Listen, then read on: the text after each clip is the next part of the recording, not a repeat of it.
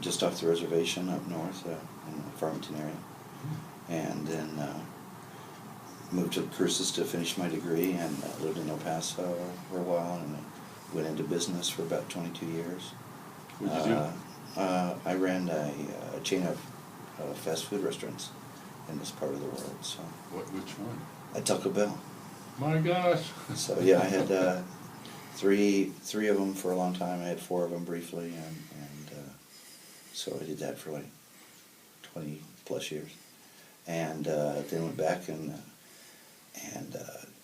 got my teaching certification and some more credentialing, and taught bilingual for 2 years at Leamington Junior High.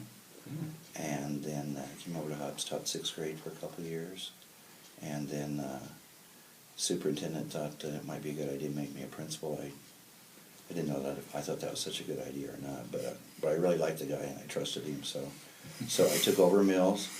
They were in chaos and turmoil, and really neat school, neat area, but really it was all upside down.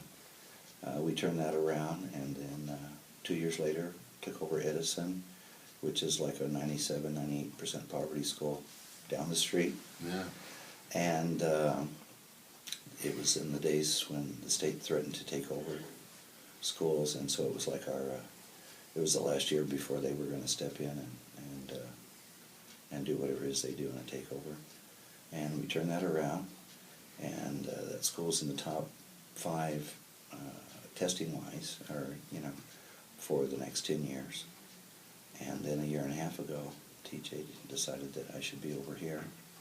They'd been kind of like 12th out of 12 for about 8 or 9 years, and he wanted to revive it. So that's how I arrived here. And nothing worked at this location. Nothing worked to the building was in disrepair. It was dirty. Everybody was an island and separate. Expectations weren't very high. Well, there was no expectations at all. People were just trying to survive, trying to get through, doing the best they could, in solitude, and a lot of mobility in and out. There were not established staff probably at all during that whole era, and they were beat up. They were just beat up, and they were tired of being last, and they didn't want to say where they worked. If somebody said, "What do you do?" And they said, "Well, I teach where." And so really, really good professionals that had just been demoralized and just beat up. Yeah. And so I had a rare opportunity. Usually when you come in, you're the bad guy, you're the cleanup guy, and nobody's really anxious to meet you or see you. But I came over and talked to them at grade levels and department levels, and they wanted better for their children, which is a pretty good trait to have. And they wanted to be better. They hadn't been trained at anything in years. They'd just been invisible, and so they had the desire, and they had done the time, and had lasted through some pretty heinous, conditions, and so they really wanted a different world, and so, which never happens, but I was welcomed, in, and they whatever you want. And that never happens. That's just you don't ever get it's nice that. feeling. It's a picnic with no ants.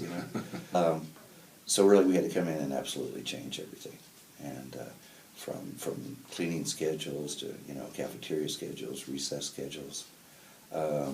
We had to train up people, and the blink of an eye, which of course you can't do.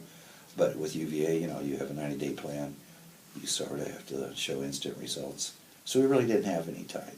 There was, and in the meantime, we still had the largest enrollment of kids, and had maybe 7 new teachers, so about a fourth of the staff brand new, coming in for the challenge, kind of knowing what they were coming in for. When we interviewed, we said, this is either the lousiest job you can ever have, or the coolest job you'll ever have.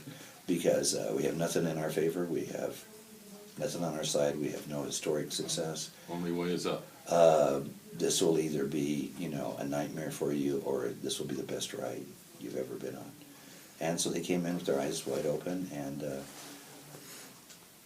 a phenomenal group to add to a phenomenal group. And we initially, we didn't do a lot of mandates.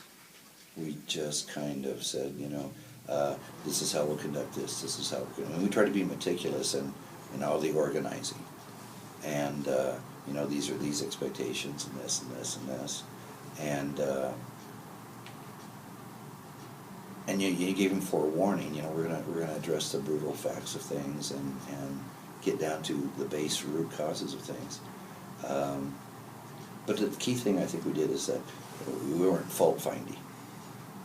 Blame was going to be useless, and what you had done or you hadn't done in the past gave you a good benchmark for growth. But we weren't looking on who was the bad guys, who was the good guys. The rising tide was going to raise all boats was the intent. And so we didn't start out looking for people to shoot. We just looked for how many people we could save, and with that in mind. Because, they're used to getting beat up when you're last. Yeah. You're the ugliest horse in the stable. Nothing you do is right. You must be a bad teacher to be here and to stay here. And so Chance to Shine was just irresistible, I think, a little bit. So we came in and just tried to throw out everything from before. It was just, nothing was useful that was left. None of the procedures, none of the teaching was the old style of, well, I taught it. If they didn't learn it, it's not my fault. Yeah. And we threw that out, and we try to utilize a lot of brain-based common sense instruction. I spent maybe 30 minutes a week in this office, that for last year, because basically I was in the hall and the rooms all the time. And it was a great way to see good things as they happen, and it was a great way to curtail things that weren't productive. And but had to get over that me being a stranger part. And a few of the staff members had worked for me over the years in my previous assignment, and so they had great expectations, having been involved with the Edison experience.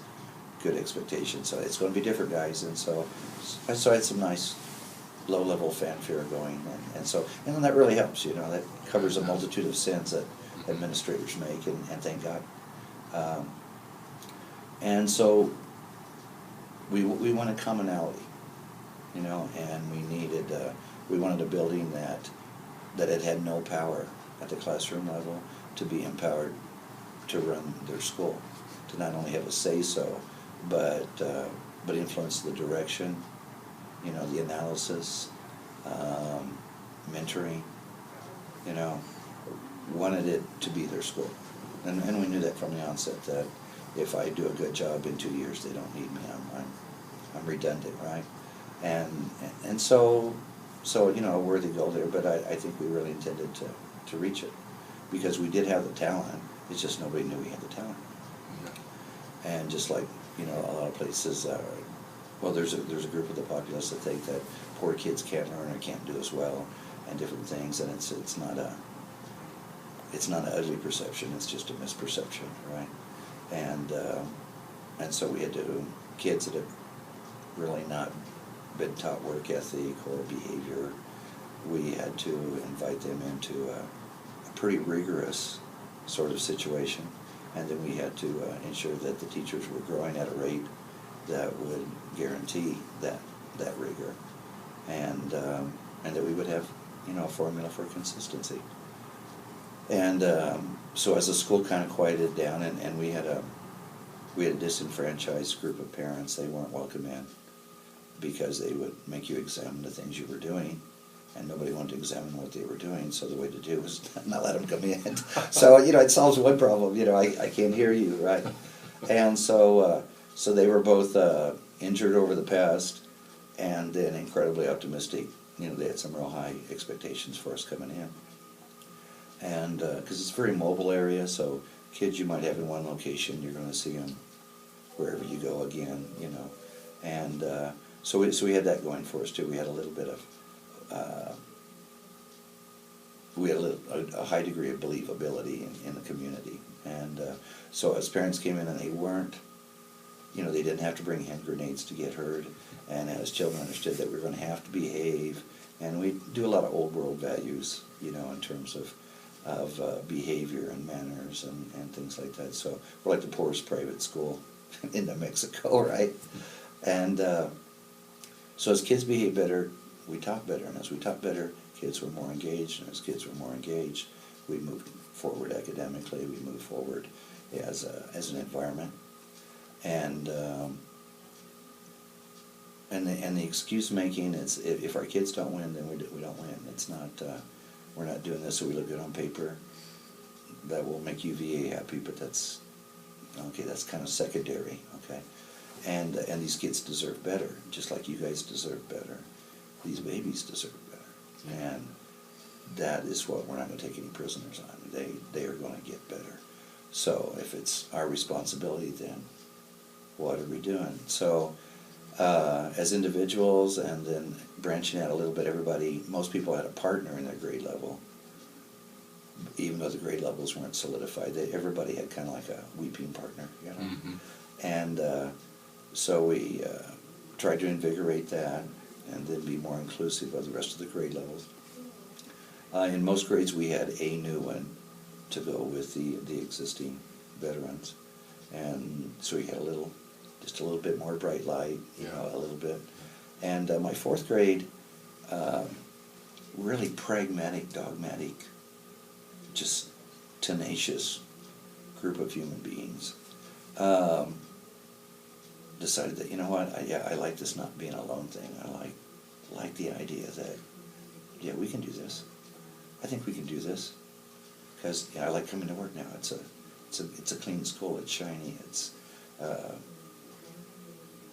you know, it's how our friends always said their schools were. Now we're like that now, you know. So, and they were tired of being lonely and tired of being frustrated and tired of not knowing what to do. And so as they got together and started having some really neat, concrete results, the easier it was to encourage them to get out of the box on things. So they would become characters in the classroom for certain delivery. You know, I've got an inspector with a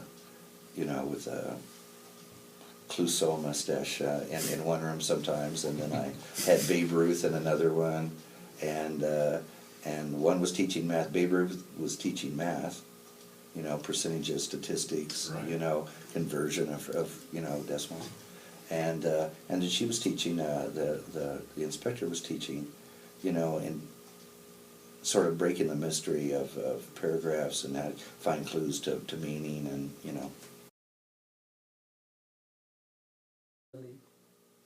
What do you do in your classrooms? What are you doing differently? We try to get the kids involved, make them learning fun, Dress up sometimes. dress up, yeah, so as characters, and they love it. What do you dress I up? was Babe Ruth one time. I was also the Tin Man. Mm-hmm. The Tin Man. I was the Tin Man for Wizard of Oz. We dress a character, and we have the students dress a character also, and they love it. They Who doesn't? Yes, and we have a blast doing it. At first, I was nervous about doing it. Mr. Hunt, he's always saying, "Step out of the box, step out of the box," because we're so traditionally, you know, doing the same thing over and over and over, and the kids, they feed off that. And by stepping out of the box, makes it fun. Makes learning funner, and Just a change of Yeah. voice. I put on these big glasses and I call myself Miss Libe, and I change my voice. Miss what? Miss Libe, for Miss Librarian. Oh. Miss Libe is what I call myself, Miss Libe, and so just changing that and working with vocabulary. Like all with the kids- southern accent or? Yes, whatever comes to my mind, and the kids just love that. I'll dress like Little Red Riding. I just put on a cape, a red cape, and I'm Little Red Riding Hood, and we're talking about fairy tales, or we're talking about the stories, and the kids eat that up. They love it, and it encourages them. You get their attention during that time, and it just works. It just works. Or Detective H that comes in, and we're looking for clues, you know. Do you evidence do of intent. detective?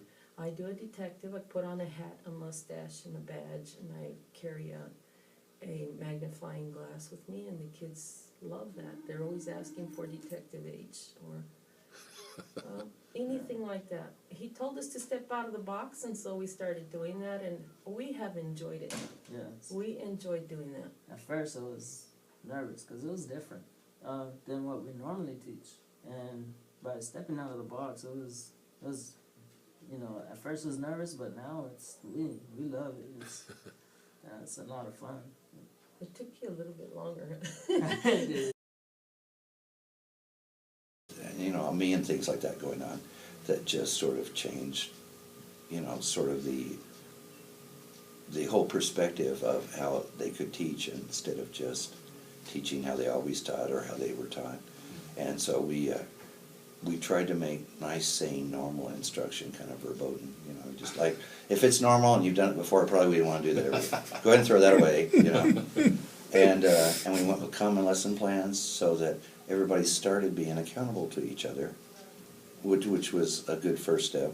But, you know, but teachers are kind to each other, and, you know, if there's a limping sheet in the flock, they just sort of gather around it, and, you know, and they forget that's what draws the wolves, is the injured one. That's what makes the flock the target, right?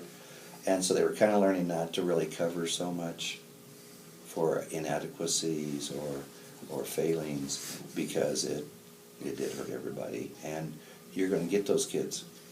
So really, you can have Christian kindness, but on the other hand, do we forgive failing an entire room full of kids? And we had one lady that left after the first 9 weeks, and I told her I thought she was too frail to go through this with us. Not that I didn't want her, but I was worried about her health. I was worried. And I was just worried about her, that I knew it was going to blow their hair back, and I didn't know if she was up to it. And it's not our philosophy or goal to beat anybody down or wear them out. But if you couldn't make the journey, maybe just stay home, you know. And she lasted 9 weeks, and then we brought in a new lady that taught at a Montessori school. Not such a big transition for her as it would be in some places, and she came in and the kids in advance, not at all in the first quarter. They were exactly where they had started. Kind of heartbreaking. And so that we really had to examine what the grade level was doing, you know, the gap between what the other classrooms were accomplishing. And so crisis sort of necessitated a working team there. Explain that.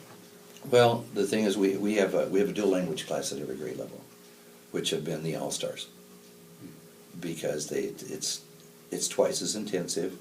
You get a lot of parent support because they're in there deliberately. You can be removed, you know, nobody on vacation in those classes, and you know, the intensity of teaching an entire curriculum in one language in the morning, and then building on that, not repeating it, but building on that and teaching a total different language in an afternoon requires a real depth of knowledge of the curriculum, instructional practices. You know, some of the kids have come in monolingual in their home language. You can't just do it like everywhere else because you have half as much time, twice as much at stake. And so we had some phenomenal teachers in the dual language, which we were 1 point off an F on the state rating, and one of that was due primarily to one very dedicated dual language teacher in 3rd grade. And she had single-handedly kind of pulled it from an F to a D by like 1 point or 3/4 of a point. So when I got here, that's where we were. It's just because of this one lady, we weren't an F, we were a D by you know, decimals, right? You know? And so she was in the third grade where the new lady was coming in. And then we had a really talented person that was kind of a shy person that over time had just been sort of, if they were a rough kid, they went to his class, or if somebody was unsure, so it was kind of a dumping zone, okay?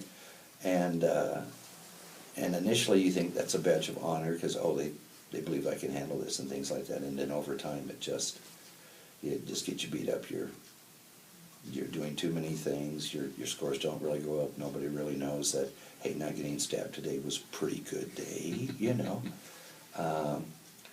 And had seen people come and go and just, this is just the fad of the week. And so we had a holdout. We had somebody who's like, oh my goodness. And then we had sort of the lady that saves the school. Interesting little mix there. I mean, it's kind of like the Dirty Dozen, right? You're going out recruiting an odd group of people.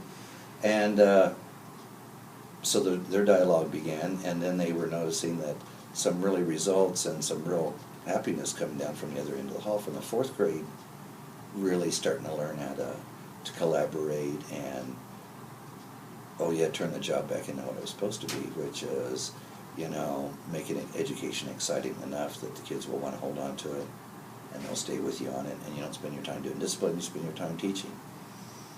And you spend your time doing direct instruction instead of grading papers, so, hey, the better you do, the better it gets, right?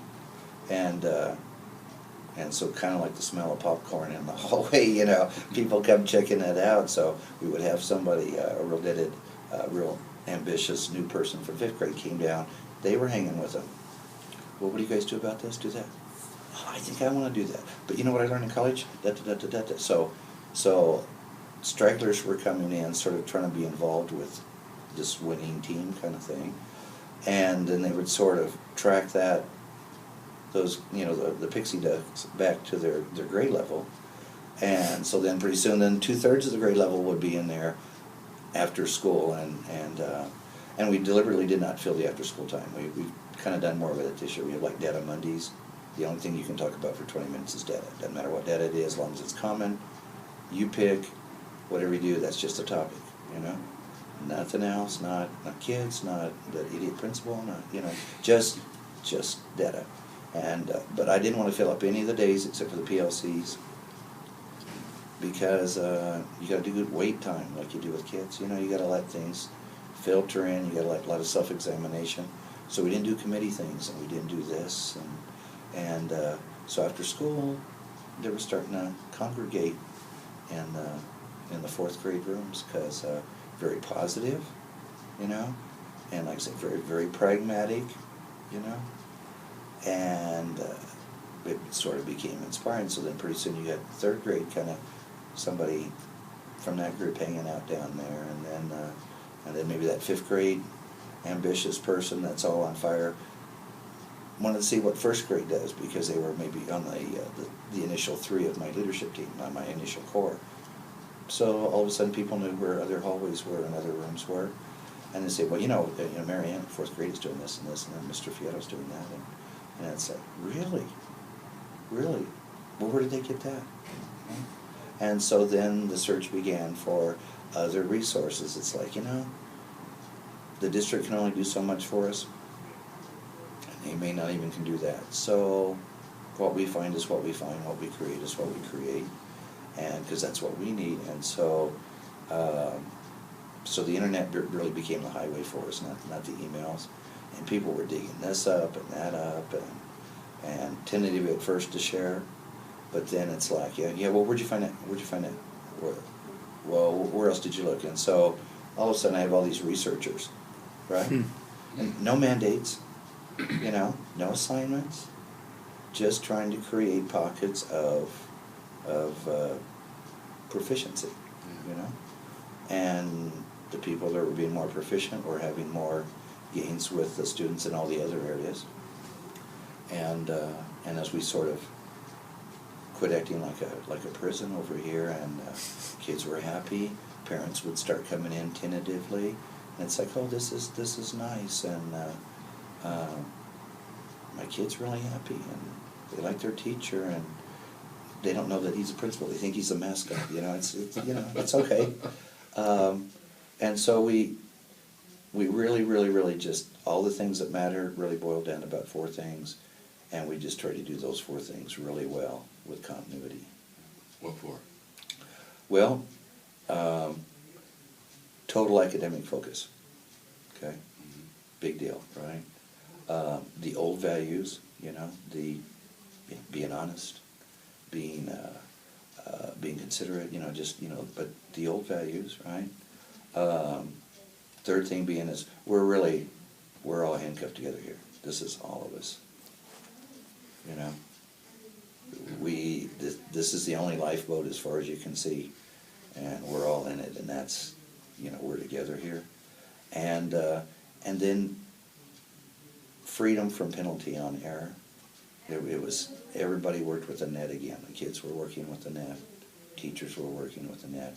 That safety, that security, yeah. You were never gonna hit the ground. We weren't gonna let anybody hit the ground. Not the most reluctant teacher, not the most acting out child.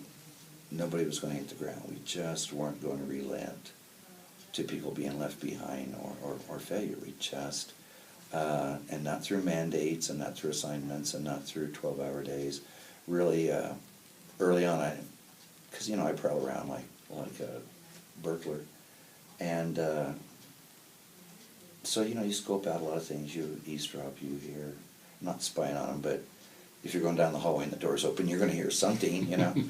And we just tried to highlight, you know, the things that were positive. It's kind of like, you know, I was in Mary Ann's room and you know, she was doing this and this, and it's kind of like, oh, that would be fun. And so we let the data speak for our failures, and then we let the joy of the job and the student success speak to the successes and the experimenting.